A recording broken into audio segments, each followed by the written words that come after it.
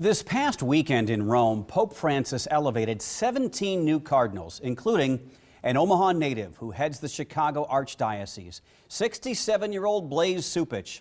Recently, I traveled to Chicago and learned that Omaha remains very close to his heart. People at home are having fun with it. My brother Rich has come up with this saying that this gives a whole new meaning for a Nebraskan to say "Go Big Red."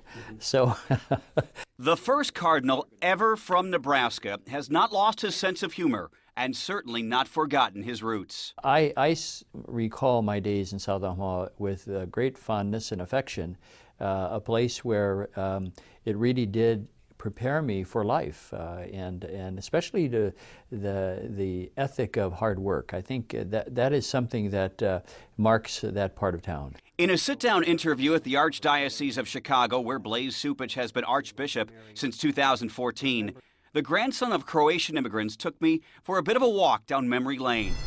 From the days when he attended St. Peter and Paul School as a child. It's almost like the Ellis Island of Omaha, in the sense of the place where immigrants land and begin to put their lives together and look for ways in which they can build a future for their families. To when he was ordained a priest in Omaha in 1975.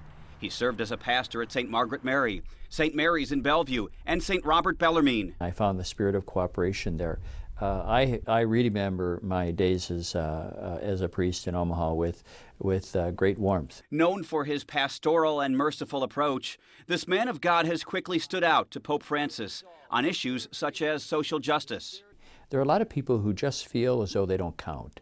And justice can be a matter of helping people find a place at the table. And so we have to look for ways in which I said, even the playing field. Cardinal Cupich emphasized the common good and listening to all sides, including on abortion, same-sex marriage, and divorced Catholics who might feel shunned by the church. But we have to do it in a way that helps people, gives space to people to really come to the truth, and that means not being harsh in our rhetoric or being overly critical to the point where we close doors off when it comes to discussions.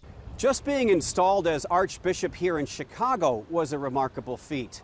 Now elevated to Cardinal, Omaha has a direct and divine, if you will, connection to a man who might one day himself be considered for Pope. How does one go from being an altar boy in South Omaha to a cardinal who might one day be considered to be the Pope? Well, I think that everybody has, if they look back on their life, there is a sense of surprise that God has for all of us and the way that our life has unfolded. Surely I think there was nothing in my own humble beginnings in South Omaha that would have predicted this trajectory. It ended with a handshake, a blessing, and a request.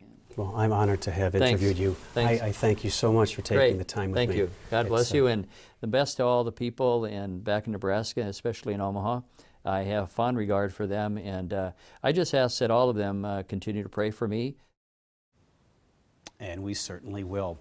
Cardinal Cupich will preside over a prayer service here in Omaha in late December. It's Friday the 30th at St. Cecilia at 7 p.m. A reception will follow for people who want to greet him.